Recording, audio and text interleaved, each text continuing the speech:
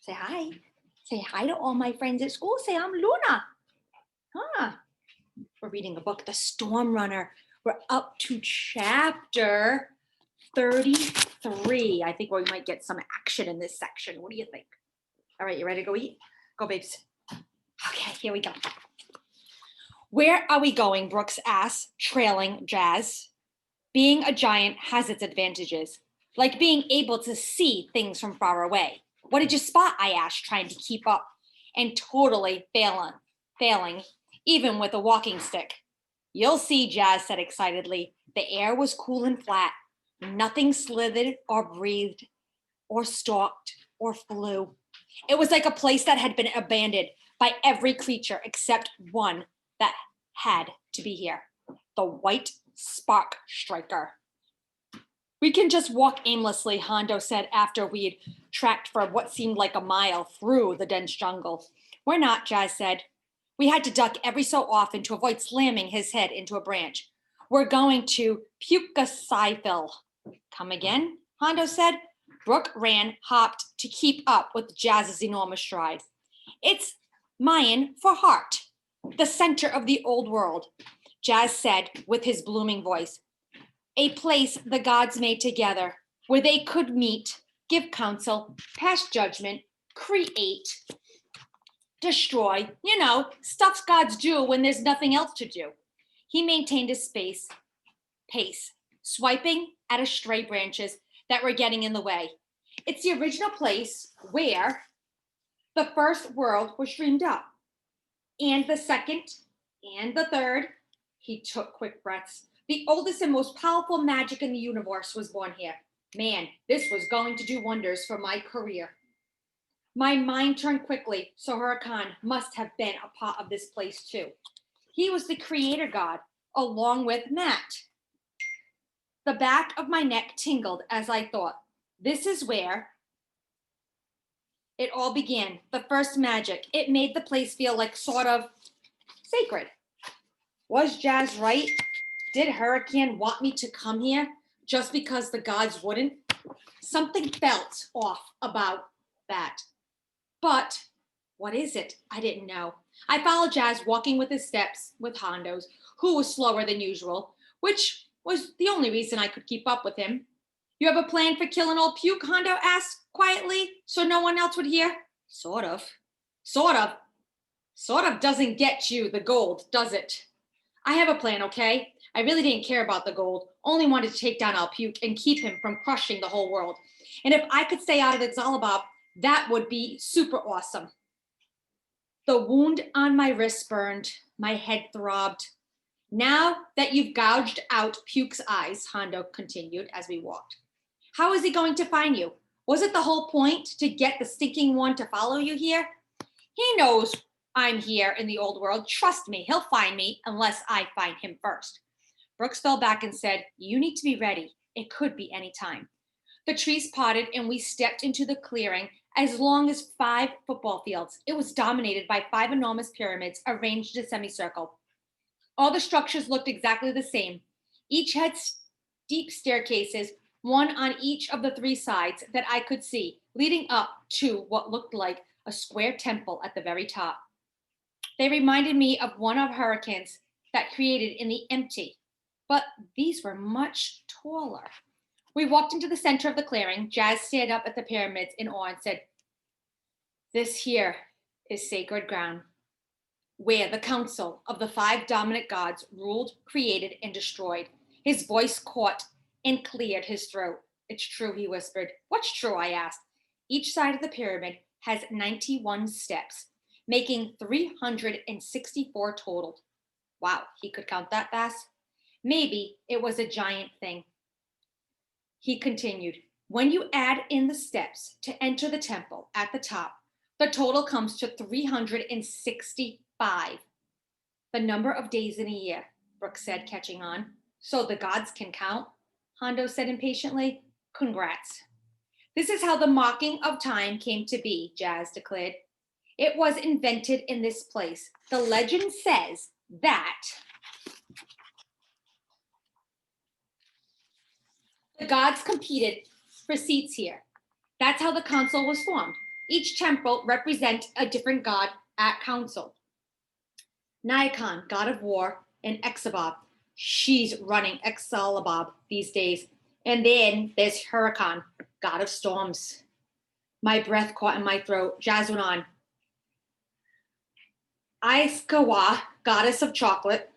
I think she overthrew other goddesses, maybe an Ichel.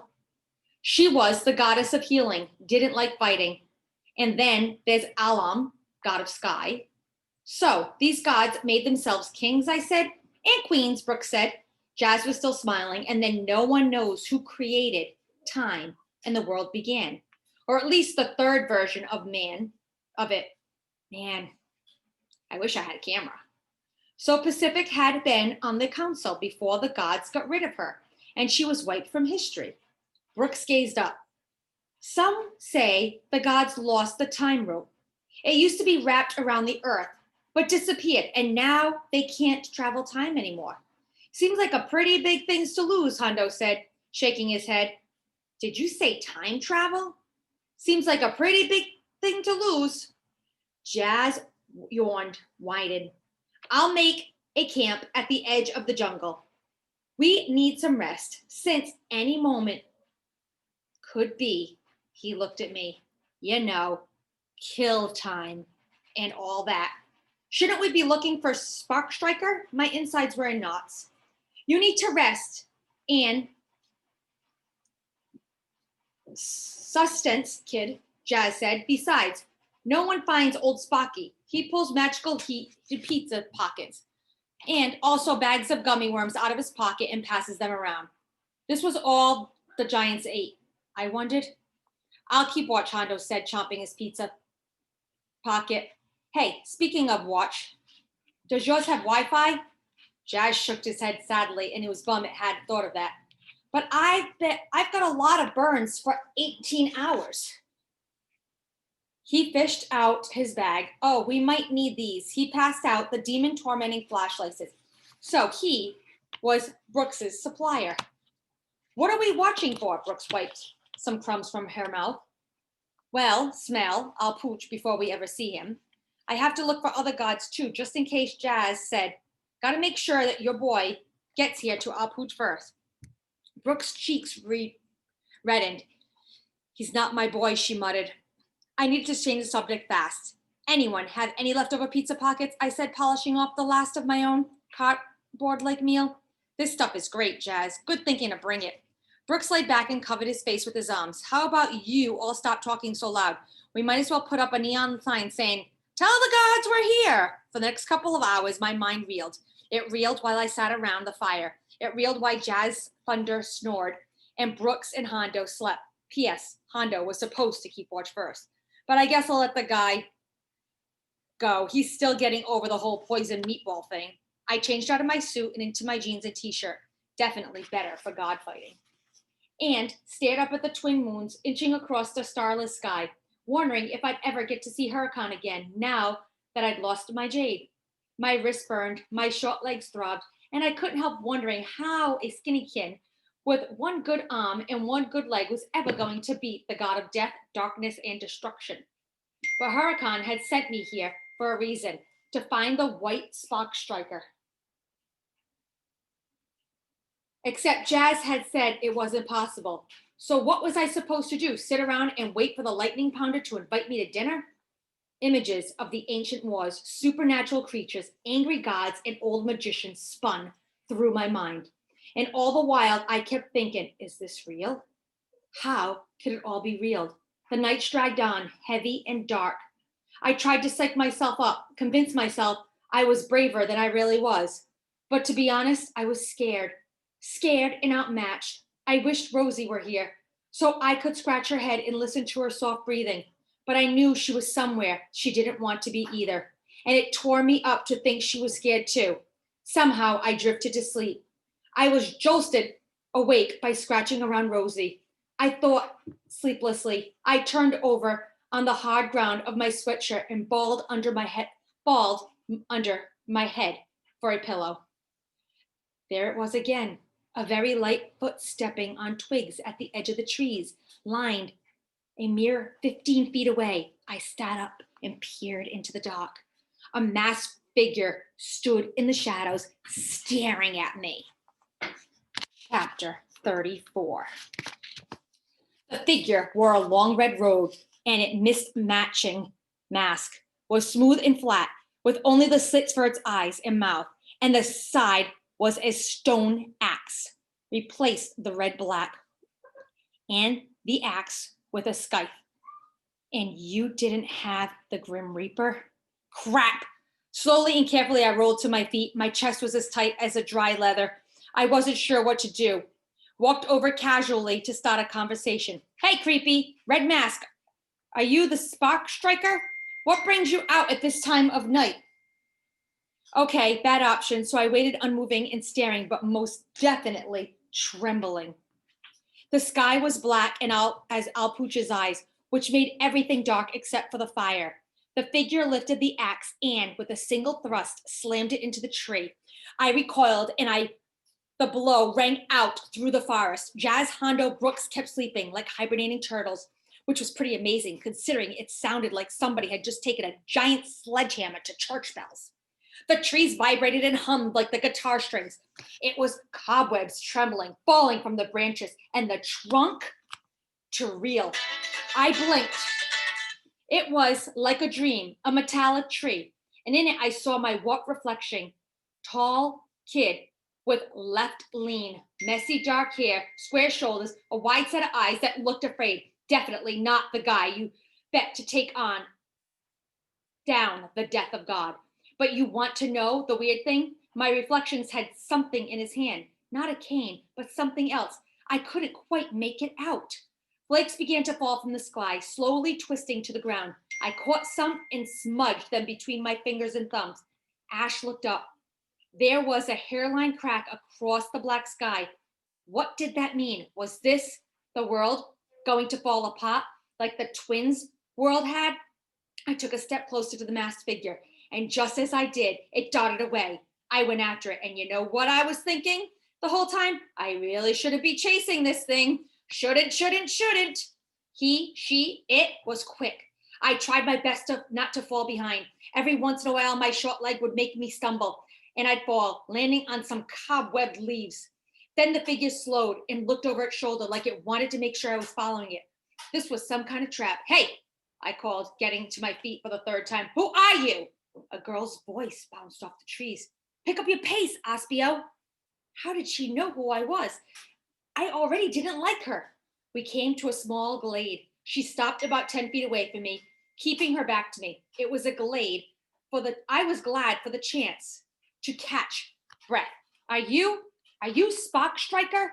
I huffed, bent over with my hands on my knees. Fortunately, I remembered in time something Jazz had told me while we were walking. To Puskakal. No one can look at her face without their eyes burning out of their heads. I heard a grunt sigh, and then she turned and asked, do I look like the Spock Striker? I wouldn't know, I said honestly. I don't know what a Spock Striker looks like. And you don't look like a hero or a god, Aspio. With a shrug, I said, how do you know? Do you know a lot of heroes or gods? If you were going to be a warrior, you better learn to listen. You got it? Then she went silent. I was supposed to be listening for something. After a minute or so, I got bored of her little game and said, so what? Are you the Stock Striker? I asked impatiently. I'm nobody. Fine, nobody. I emphasized the last syllable. Do you know where I can find You're the hero, Aspio, she cut in. Her hand went to her mask. You tell me where the Spock Striker is. This girl was seriously annoying. Slowly, she began to peel the mask back, but before I could see her face, she transformed, shifted the way Brooks did. But this girl didn't turn into a hawk. She became a giant eagle with a broad white chest speckled with chocolate spots, golden flected brown eye, razor-sharp talons, a wingspan of 25 feet. She let out a cry and then took off into the night. Wait, I called after her. Why bring me all the way out here just to fly away? I rushed over to the mask she dropped, picked it up, and hollered in the dark. You forgot your mask, nobody! It was a flimsy thing made of woven silk, so plain most people would toss it in the trash. 2 bits of screen-like material covered each eye. I looked guiltily around at the small blade, feeling it as I was doing something wrong, and tried the mask on, praying it wouldn't melt my face away. Nothing happened. No face melting, no magic, no supernatural powers, and nothing cold. I tugged it off and stuffed it in my backpack. When I noticed flecks of shimmering cobwebs floating to the ground, I took up to see the massive tree. My eyes traced the pink trunk down to the thick gnarled roots and the snakes through the dark. They led into a giant hole in the ground where I thought I saw a glint of light. I went to the edge and dropped to my knees to get a better look. About 50 feet down, there was a pool of water surfaced around tall stone walls. Beneath the surface were flashing lights, sudden bolts of energy that made water ripple and sizzle and steam. What the heck? I muttered in amazement. Next to the pool was a cave opening where sparks were flying out and burst. After each flash, I heard the sound of metal clashing against metal. My curiosity was definitely piqued, and the thick rope on the ground near my feet looked like an invitation. It was tied around the tree's trunk. There was a narrow edge in the pool that I could follow to the cave if I could get down there.